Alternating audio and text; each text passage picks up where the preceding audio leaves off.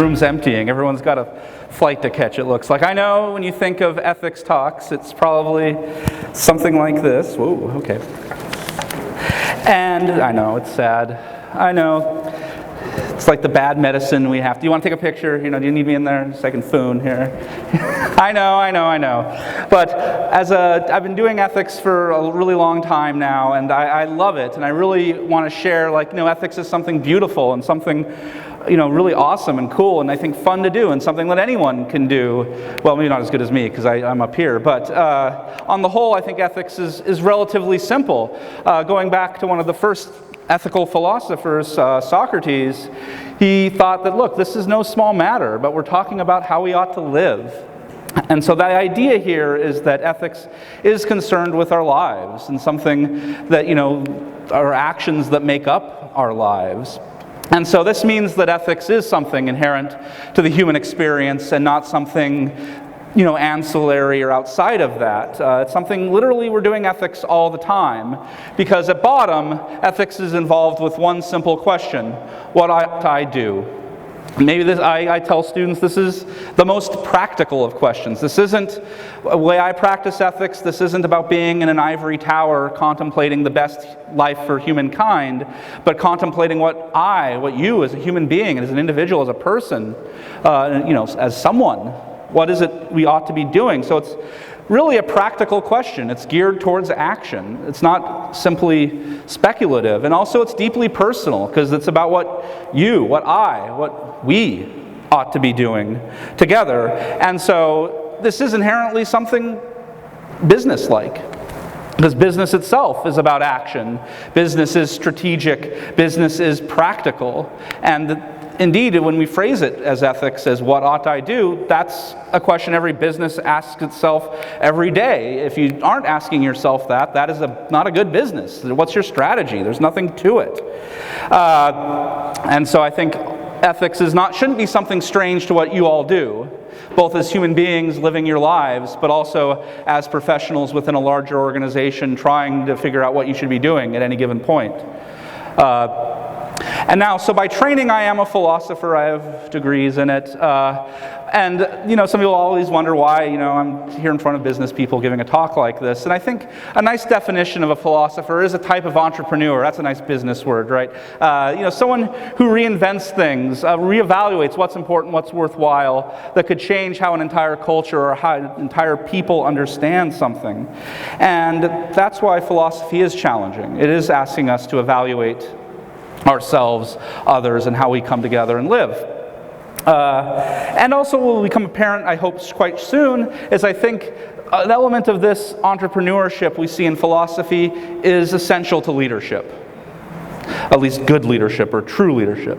And so we're going to walk through a talk. I know it's tough doing ethics talks for crowds like you all, because on the one hand we have to do some high-level theory. Well, high level, it's not too high, before we can then dig deep into your lived lives as professionals, being finance leaders or wanting to do that. So we'll talk a little bit first here, just what does it mean to be a leader, because I think this is a pretty loaded concept. So here's a couple cartoons. Has anyone seen these before? They're often on, if I see people tweeting them on, putting them on Facebook and stuff.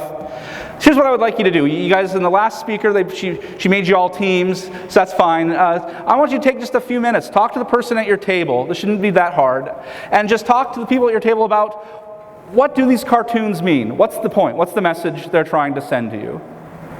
And then, if you have time, also think about, do you agree or disagree with the message that these cartoons are trying to send? You understand what I'm asking? Yes. Yeah, take a few minutes. Talk to the people at your table about that.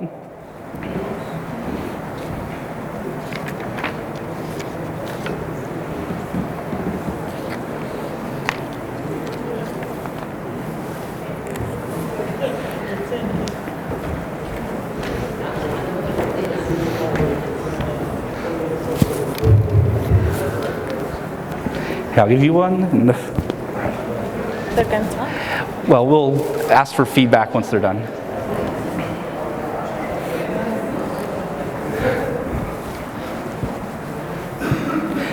You guys done already? That was fast. Partner just left you. You're the leader. You guys are so quiet. What do you guys don't like talking to you? You're like just staring at me. It's like, no, talk. You can turn around and talk to the people in front of us, sir. You can talk to them.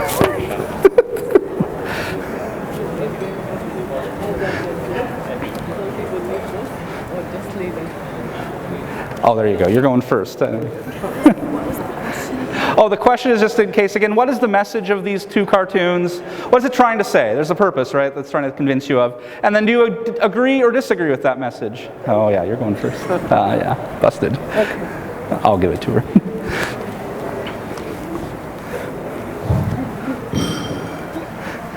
You guys are so shy. You guys scared of each other. Or you guys figured it all out already? Yeah. Yeah.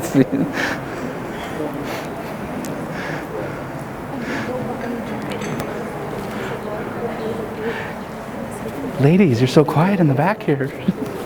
It's obvious. Oh, okay, you're going second then.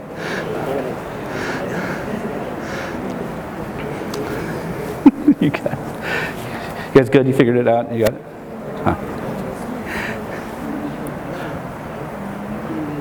You guys are so shy. It's kind of making me sad. I'm dying a little inside. All right, well, fine then. So, well, we have one madame here who seemed to have it all figured out. So why don't you tell us, what do you think the message is behind these cartoons?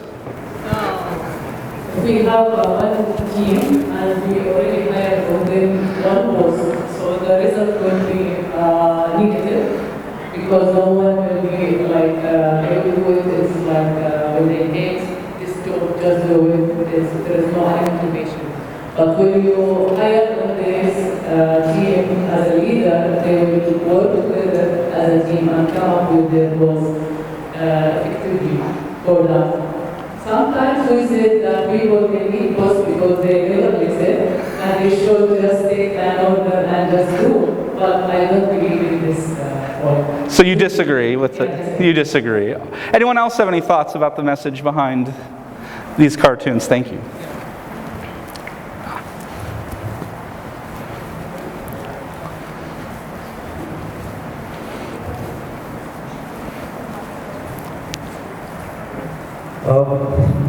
The message I'm getting from this is that you become boss by position, but you become leader by attitude. By attitude, okay. A boss instruct and direct how to do things. A leader inspire, motivate, go beyond the boundaries. A boss always thinks on the result. And don't care after once you achieve the result, but a leader takes the entire team together. He thinks about his success, thus entire team's success together, which is a long-term perspective and view. Do you agree, disagree? Think that is true, that difference between bosses and leaders is true? I agree with this. You agree, you like that. All right, anyone else have any thoughts? All right. He was all by himself, so he's the leader of the table. All right. Yeah, first of all, I agree with this. Simply, the leader is a part of the group. So he's leading the group. And he's taking the responsibility of the result and actions of the group. So he considers himself as a part of the group, not above the group. Simply like that. All right, so yeah, so you're seeing him as being not separate, there's not much of a hierarchy here. Yeah. He's down there doing the work with them. One last person. Madame.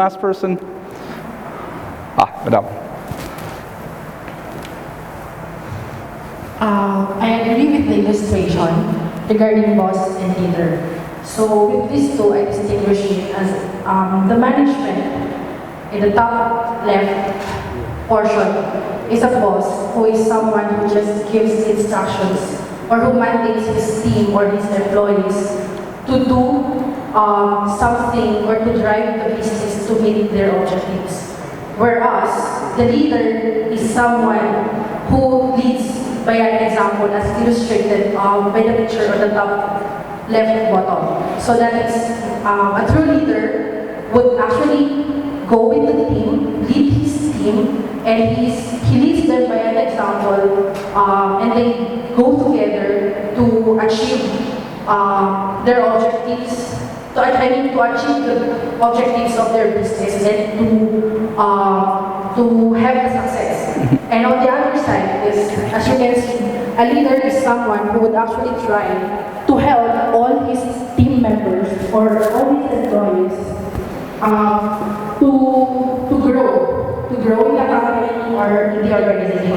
Whereas the boss is someone who is on top and who doesn't a management is someone like a boss when he doesn't even care when his employees are already falling out of their place.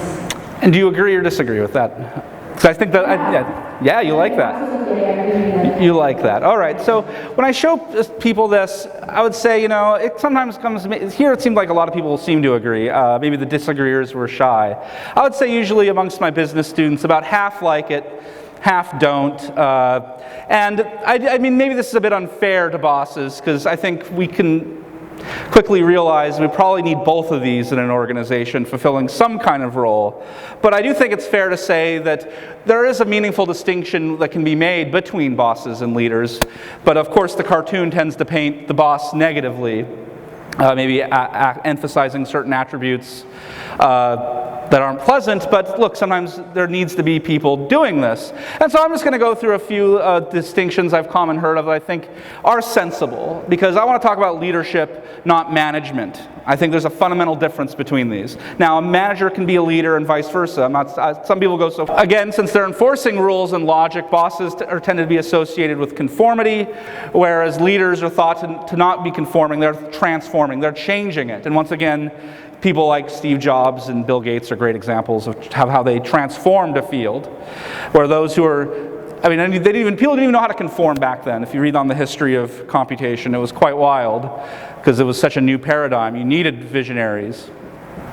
Bosses tend to be conservative, again, maintaining the rules, keeping things the way they are, promoting the status quo. Leaders are often seen as more radical, again, through this creativity, changing things. Bosses, now we come to, I think, to the more interesting stuff.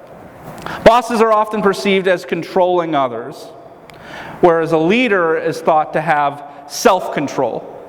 I think this is a very powerful idea that when I'm teaching my students leadership, we usually start with the idea that if you can't lead yourself, you can't lead others. And it'll be a nightmare for everyone probably involved in that. So again, bosses are more focused on leading outward others. Leader starts with leading themselves. And that can be, and again, that's where the vision comes from. If you're trying to control others, there's no vision to that. It's just robotics, I guess, or something like that. And then finally, along the similar lines, bosses are associated with coercion, punishments, bribes, whatever, rewards, I guess. That kind of way to get people to move. Threats, etc. Whereas leaders, I heard, this came up, I think, in a few people, the idea that leaders have an inspiration where the people hearing this vision, this plan, just want to do it because they see the value in what the leader is proposing, not because the leader's threatening them or just going to give them a big payday. They believe in the mission or the vision that's being put forth. And if anyone's taken a course on organizational behavior, that gets you the best compliance in the world. And we'll come back to that towards the end of the talk. How do you manage your employees to be ethical? Coercion, spoiler alert, doesn't work very well. They just look for loopholes and ways out. And along these lines then of self-control, inspiration, how to get others to follow you, because you're not a leader if you can't get people to follow you, obviously.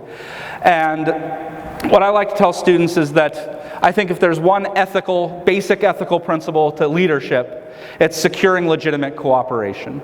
It's getting others to go along with you, not because they're scared of you. No, they're doing it because they see the value in what you're doing. That makes it legitimate. Only a tyrant engages in coercion, threats, and other things. And indeed, there's a huge literature on tyrannical bosses. And it turns out it's my favorite thing. It turns out that tyrannical bosses, they calculated in the billions of dollars they cost company. Anyone want to guess why? This is fascinating. It's hilarious. That tyrannical bosses cost companies billions of dollars. It's because of loss of productivity, because everyone's at the water cooler complaining about the boss. And they did the math. It's wild. And of course, if you're securing legitimate cooperation, again, that's, I think, what true leadership is. And I do think this is what people believe on reflection is that leadership is ethical in some sense. That when you call someone a leader, there's something there that it's supposed to be something positive. Whereas being called a boss, except in certain connotations, isn't necessarily a compliment. But being a leader is thought to be something. You know, when we called Steve Jobs a leader, or others, we'll see some examples shortly, when we call them a leader, this is meant as something good. And I think it's involved somewhere along these lines. And indeed, securing legitimate cooperation is often based on core notions of trust. In this context, just the simple idea of trust is just the belief that the other person cares about your interests. If that's too strong, at least they're taking your interests seriously. It doesn't mean they're your friend or they're giving you everything, but at least you believe that when they're making decisions, they're not ignoring you. They're at least considering your needs and interests before they act. And again, I think that's a core element of good, true leadership. Because, look, a leader can't be, trying to say, let's do this, and then everyone questions them and says, this is garbage. No, at some point, if there's trust, the leader doesn't have to justify every single step. The followers can think, look, I don't know what the plan is here or what the thought behind this is, but I trust this person. I believe where they're leading us is going to be a good place, so I'm willing to do it. Of course, if decisions are more controversial, then the leader should be expected, I suppose, to provide some kind of more than just trust me. Indeed, I teach negotiation. I tell my students, when someone says, trust me, check your wallet, because they're walking off with it. It's never about trust. So just the quick thing, I think what I want to draw out of this just first part here is just that leadership, we should think of less in terms of control, logic, stability, and hierarchy. Madame, I didn't catch your name in the front there. She's on her phone, I'm sorry. But the woman behind you, she had a great point. It's like you saw, I know I caught you on your phone. It's okay, I have students. But I think you picked up on a lot of this in your comment. Indeed, what's going to come later is going to, I almost thought you looked at my notes. But leadership is less about those things, but more about vision, creativity, change, and freedom. Freedom, a notion we're going to talk a bit about. I think that's really important. And then ethical leadership is about that legitimate cooperation, and then again, trust being just fundamental to being able to do that. And so, okay, so we have this basic idea, again, the basic criterion of ethical leadership, securing legitimate cooperation. And so now we can dig just one level deeper before then going into finance and how to do that. It's just, what does ethical leadership look like? And there's two classic accounts. Basically, if you open up any textbook on leadership, especially one that has anything about ethics involved, these two models are going to come up, servant leadership and transformative leadership. And we have a couple of nice exemplars of these forms of leadership up there. I should emphasize that they are different. I'll explain them. They're not the same thing, but they're not mutually exclusive. Indeed, I think a great leader could easily embody both of these, but they do have different emphasis. And I think their emphasis that are things that can carry over into your practice as wanting to be leaders, on your financial teams or CFOs or whatever it ends up being. Anyone know who this is? I'm just curious. He's a Bedouin, lived about 70 years ago. No one knows who this guy is? His name's Sheikh Odeh. My Arabic is terrible, I apologize. Sheikh Odeh Abu Tayyeh. Anyone know who this guy is? I'm mispronouncing his, it's one person. Who is it, you know? Yes, from Jordan. He's from Jordan. He's the one who helped to strike the war against the Ottomans. Yes, he is one of the people during the First World War who fought with the British to overthrow the Ottomans. And indeed, if you've ever seen the movie Lawrence of Arabia, he is portrayed by Anthony Quinn. A very good actor. Yeah. He's in real life, though, he is apparently, in the movie, he's shown as being very greedy. But he's fascinating because in real life, he was not. Indeed, Lawrence, who, that's how we know, at least how I know a lot about him, is from Lawrence's book on the Pillars of Wisdom, noted that this man was one of the poorest members, he's the sheikh, but one of the poorest members of his tribe, because he gave it away constantly. And they did plunder a lot from the Ottoman Turks during the war, but he shared it with the tribe. And I like picking him because we'll tell you what servant leadership is in a moment, but he was a fighter, because he was also pretty bad at BA. He got the job done as a fighter. Indeed, Lawrence said without him, they couldn't have thrown out the Turks and made the march to Damascus. Is that right? Yeah. And so, again, the idea is he's very generous. And I think, indeed, Bedouin culture if you know anything about Bedouin culture, you already know a lot about servant leadership. Anyone know this? This is the version from southern Jordan, actually, from the Syrian, gosh, I never can, again, my Arabic's terrible. The Saraya tribe from Jordan. I believe this is common in Qatar as well. It might be slightly different. Anyone know what this means? It's apparently a very common Arabic proverb. This is just the version from Jordan, but anyone know? You're nodding. What does it mean? The small one of the group serves, and the big one of the group serves. The small one of the group serves. The way I've heard it is the youngest must serve, but also, you said the biggest must serve. The way I've heard it is the ruler must also serve. Yes, and that's the idea about the ruler must serve. Because the idea behind servant leadership is that might be surprising to some people, you cannot choose to be a leader. Leadership is bestowed. Legitimate leadership, I guess you can force and take, but I'm not giving you a seminar on tyranny. That's a different course entirely. Maybe that's what you want. No, that's not ethical. No, the ethical leadership is something where you are bestowed upon by others into this position. If you force your way in, that's not legitimate, and that's something else entirely. And so you cannot choose to be a leader. However, you can choose always within your power to be a servant. You can be responsible for others. You can always do that. You can always be a servant in that sense by looking for the needs and interests of other people and serve to choose them. And as one can imagine, the more you act as a servant, you can then start to build that trust. People, obviously, if trust is believing that the person cares about your interests or at least is taking them into consideration, a servant is the one who gets that trust. And so then does gain opportunities for leadership positions. Obviously, you're not going to be put in charge of something if no one trusts you. You'll have to steal it or force your way in, but that's not leadership. That's tyranny now. And so that's what servant leadership says, is that true leaders are servants first, in two senses of the term being. Literally, they're probably servants first. They help others, they care, and then are promoted or bestowed with a leadership role in the organization and go from there. But also morally, they're servants. They care about the interests of others. Not just maybe their followers first and foremost, but obviously this might extend to others outside the organization in interesting ways. So that's the idea behind servant leadership. And now you guys probably know this guy, I hope, Martin Luther King Jr., famous leader. And the idea of transformation, so while the servant serves the needs of others, transformative leadership is about changing society, changing the organization, in particular by changing in what it values and what it sees as valuable. Indeed, you guys have probably sat in on seminars. There's lots of leading for organizational change. That is a type of transformational leadership, because usually being changed along the way are the values and principles of the company as well, especially if the mission vision is changing. And that's what transformative leadership is about. It's about how can we change this organization in a way that makes people better, it turns out. Better workers, better people, however you want to conceive of that term.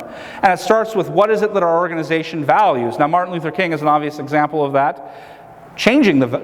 Desperately trying to change the values in American society when it came to respecting people of color, what the values of equality really meant, what values of liberty really meant. I mean, he was trying to change society to the roots. And so you can see it's when we get to transformative leadership, that's where visionary really starts to enter in the picture. Say in certain countries nearby, you can be a woman and have all the education you want, perfectly capable of making decisions for yourself, but if you need a guardian or someone who lets you out of the house, you don't have autonomy. So it's it's both the ability to make those decisions and then actually to be able to act on them. And again, Martin Luther King was concerned with this in terms of obviously the African American and other people of color, their ability to make decisions and act on them in society. With an organization, we'll have a nice spin on this for business that I think is pretty powerful. But again, this idea of respecting and caring about autonomy, again, people making their own decisions, that just goes back to securing legitimate cooperation. Again, People are acting autonomously if they choose to follow you. They're not acting autonomously if they're being dragged, kicking, and screaming. And so, just to summarize then this quick part, and then we'll get to the fun stuff, is that servant leadership, success leaders must promote the interests of their followers, trying to make them better in some way. Transformative leaders is about creating fundamental changes in the organization's notions of what's valuable, and doing that by cultivating their ability to make their own decisions themselves. Indeed, if anything, the major goal of transformational leadership is that eventually you could be the leader. I am, as a leader, one of my goals is that my subordinates eventually can take the mantle of leadership. I should care about that. And I think you guys care about this too, even if you might not realize it yet. And then, like I said, these are different, but they're not exclusive. You can have both, and I think certainly cultivating the autonomy of followers probably makes people better. I think that's hopefully not controversial. But anyway, so that's, again, so far I've just said, look, true leadership is about securing the cooperation of others. How might we do that? I've given two approaches here that are pretty common in the literature. One, by starting as a servant and then taking the mantle of leadership, but retaining that element of service. And then along the way, that can also involve transformation. Bosses don't transform. Leaders obviously do. And so now we can bring it to your guys', where you guys live.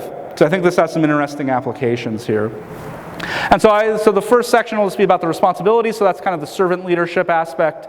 And I think managing for ethics will tell us a bit about the transformative leadership aspect as well. So as I said,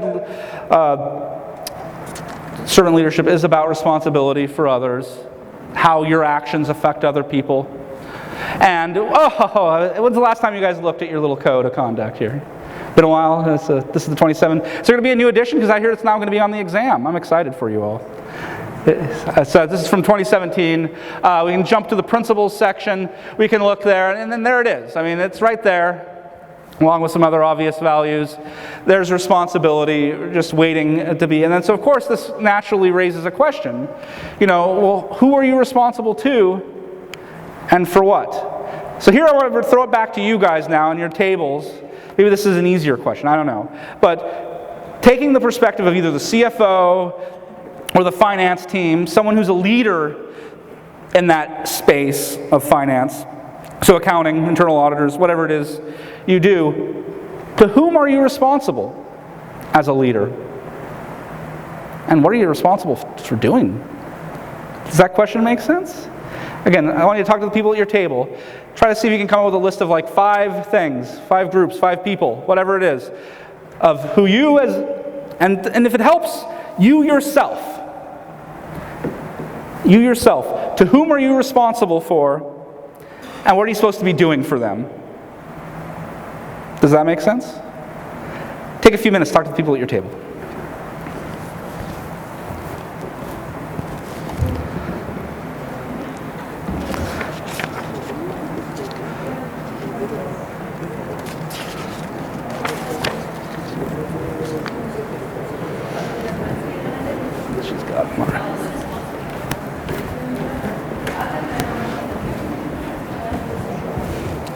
Because they do need to know what's going on.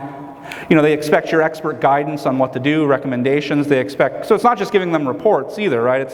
They're going to want to know what your suggestions, your thoughts are on this matter, and they expect you to be an expert. So they're not asking anyone about this.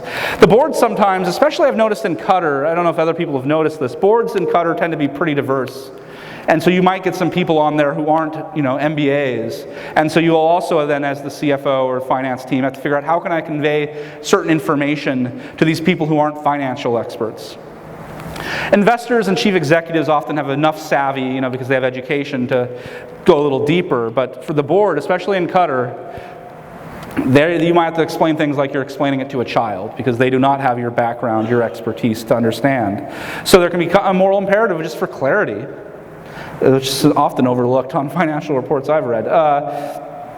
And then, obviously, it's mentioned the auditors and the government are obviously very important. Again, they're expecting you to be obeying regulations, and not just obeying them, but obeying them in a transparent manner so they can see that it's actually happening through filing of reports and other things. You guys know all that's I won't go into that. But look, your employees, because depending on your company, I know if this, what is it called, open book systems? I don't know how popular that is in Qatar, but open book I believe is more popular in Europe.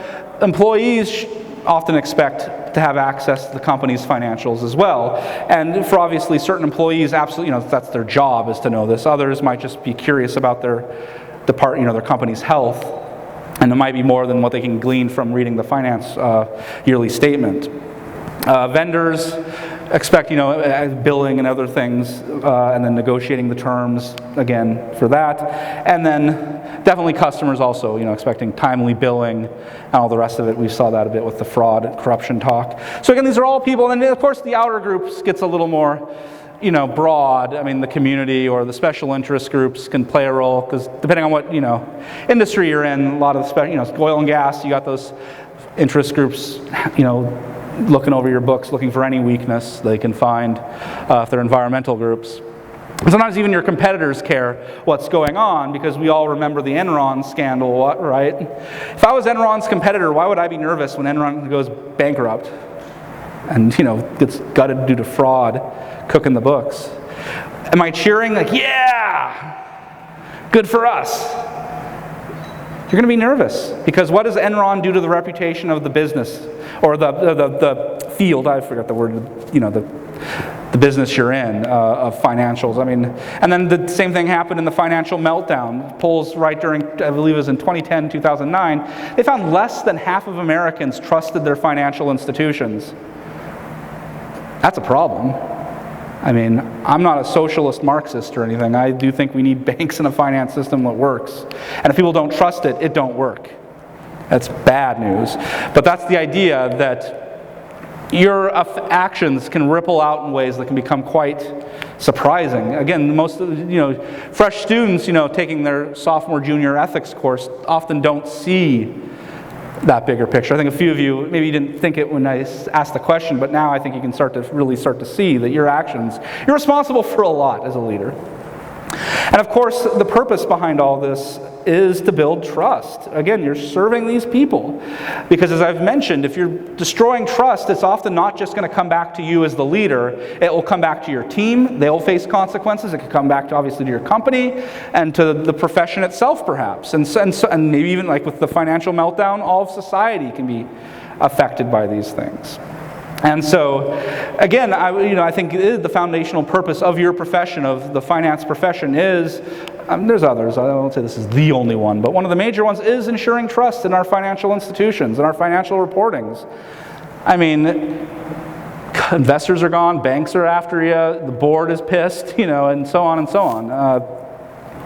These things matter, they touch, and so by doing these things, by caring about these, being responsible towards them, that builds trust. And indeed, I think when we look back into the report at the standards, we get a couple here: competence, confidentiality, integrity, and credibility. There will be a quiz in 5 minutes on these. Are they quizzed on this on the CMBA exam? Or is this the first time you've ever seen it? It's there, it's only 1 page long. But if you go through this, I won't go through it all in detail, but what's nice about this report is it gives you, kind of pixely for me, maybe you can read it better back there, but you get details on what actually you should be doing along these lines. What does it mean in terms of action and your behavior?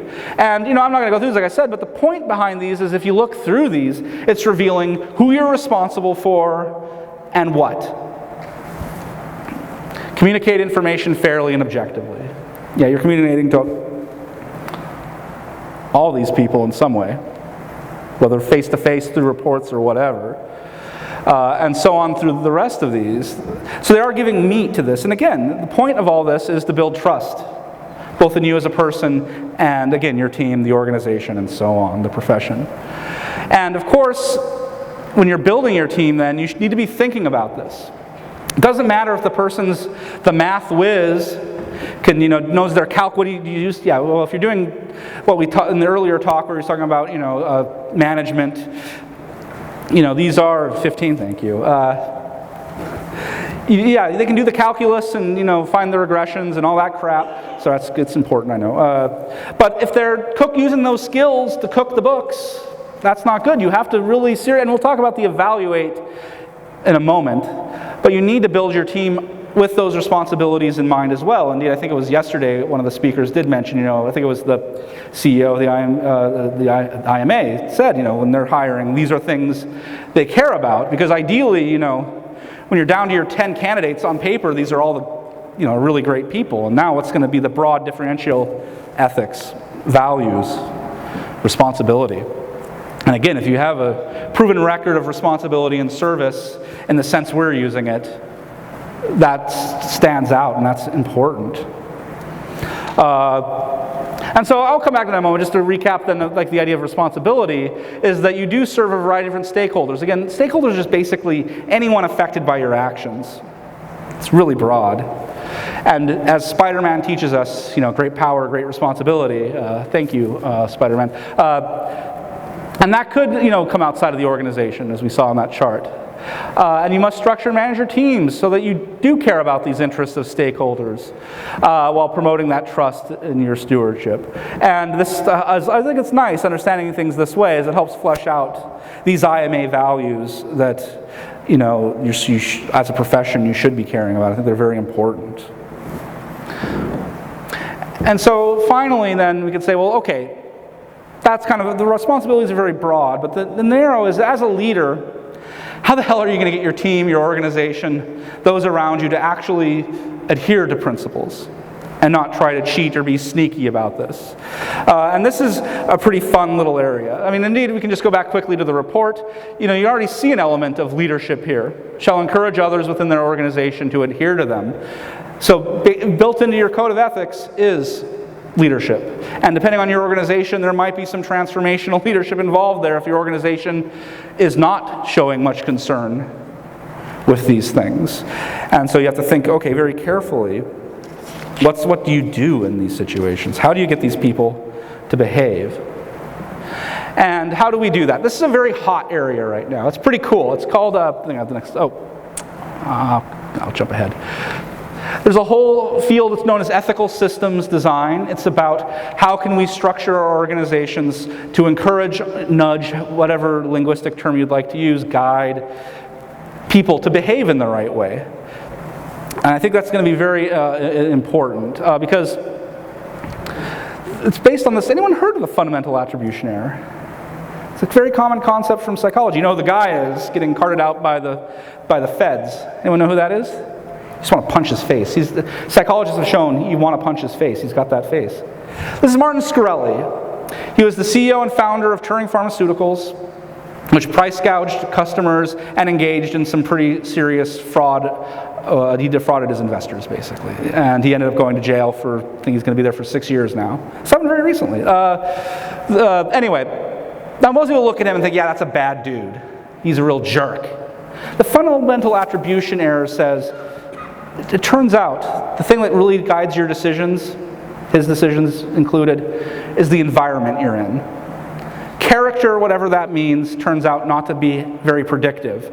I can predict how you're going to behave a lot more on the organizational structure you're in, how they enforce and act on norms. I can make lots of predictions that are far more accurate than if I talk to the person for 20 minutes and assess their personal character. Hell, Hitler was a vegetarian and had a dog, but hey, not a good dude. And indeed, Shkreli, part of his defense was precisely that. He said, look, other businesses are doing exactly what I'm doing. It's expected. My only crime was getting caught. If I didn't engage in defrauding my investors or price gouging of my customers, who were very critically ill, by the way, it was a very, Daraprim, it was a very cheap drug that he increased the price by over 700%. He said, if I didn't do it, someone else was going to do it. I ran the numbers and realized this was woefully underpriced, jacked it up. If I wasn't doing this with investors, come on, everyone's faking it till they make it, right? So environment, that's what's expected. And so that's what ethical systems embraces, that idea. Again, the fundamental attribution is that we mistakenly attribute character as the cause when it's the environment, the organization does it. And that's why I highly encourage you to visit. They even have a page on accounting, and they got some cool ideas that can be applied, and they have lots of research underlying that. And indeed, research is continually going on in this space about how can we make our organizations just encourage people to do the right thing. Because I think, yes, there's like 5% of society are jerks and greedy bastards. I think 95% of people love their families, want to do the right thing, want to be good, but then they're put in very difficult situations. And we saw the fraud triangle earlier today. Yeah, and they start to rationalize it about why what they're doing, even though they previously thought wrong, they make it okay. And if you're in a certain culture, especially, because this is when I talk to finance people, especially if I'm like looking at like a hedge fund. I mean, we really see an organizational culture of self-interest and selfishness where the business is just cranking out money, and that's all there is to it. But that encourages then rank and file employees right on down to think in the same way. Look out for themselves. Do whatever it is to make a buck. And you can guess where ethics goes in this picture. Yeah, well, I wouldn't put a trash can there if it didn't serve some purpose. Ethics is thrown to the side. Indeed, study after study shows that when we have cultures based on fear, self-interest, and selfishness, employees, unless you're like a really sociopathic hedge funder, most employees are miserable in such an environment, and they report high instances of unethical behavior, whether it's stealing office supplies, lying to customers, fudging things just a little bit, no one will notice, it's the decimal point or whatever. It turns out, yeah, when people see themselves a lone wolf, low individual, just looking out for their own, they don't really care. And ethics goes out of the side. But if you can start to transform that into a culture of community and benevolence where the point of the organization is doing some goods or services oriented approach, driven by values of some kind. Examples are usually like Whole Foods, concern for the environment, or Ben & Jerry's, concern for chemicals and things going into the food, into the ice cream. And that gives a natural place then for ethics to start to play. And again, survey after survey shows normal people like working in organizations like this. They're considerably less stressed and more happy. And instances of ethical misbehavior go down drastically. People aren't trying to steal office supplies or lie to customers because they see themselves as part of a bigger community. They're taking that responsibility seriously. And so then I'll just have the rest of this I think you guys are familiar with, because I know this is big in the literature right now, or in the accounting profession, about how you're supposed to clearly communicate your values to your team and maybe even beyond. Indeed, I was surprised to read this, but CFOs are being tasked more and more with doing things like this, with changing the company culture, because a lot of businesses realize finance is no small thing to business. It's central there. And so CFOs are often having to take the lead along with the CEO to very clearly communicate what are the values behind this organization. Obviously look to the mission vision to sort that out. But it must be clear, codes of conduct, and so on. Johnson & Johnson has a lovely credo. They put it on a marble slab, giant marble slab in their company headquarters. Our first responsibility to the doctors, nurses, and patients, and so on. Stockholders are last, by the way. And if you read up on Johnson & Johnson, they went through some crises. They actually followed these, and it was quite good. Of course, lead by example. You guys have probably heard this a million times. Of course, if the boss is cheating, you can have the most beautiful values. If you see the boss being a hypocrite, of course, then the employees are like, give me a break. And they know what's really valued in that organization, and it all goes kaput. So obviously, you have to take that seriously. And then, I won't have much time here, I'll just kind of say high level, adopting procedures and mechanisms that make it easier to be good. 5 minutes? All right, thank you. And so how can we do this? Because the idea is that even you as the CFO or any leadership in finance, you should be trying to think of how can we adopt procedures that reduce my temptation to be bad? We all are tempted. We're human beings. We don't have to be saints here. But if we can structure it so that I'm held accountable just as much as anyone else, that will also help. I mean, again and again, I know a lot of ethics is taught, well, be a good character, be this. I think that's admirable. But I think the real question should be not how do I be a good person? It's how do I make my environment make it easy for me to be a good person? And so things that can do this is so obvious, but it's so hard. I will just say off the top, you're going to have to experiment. No one knows exactly the best way to do this, but people have tried lots of things. So when it comes to your accounting system, that's why we have best practices. That's why you need to make the system of reporting so that one person can't go in and manipulate it, because that causes problems. You need safeguards to prevent one person from being able to distort information on their own.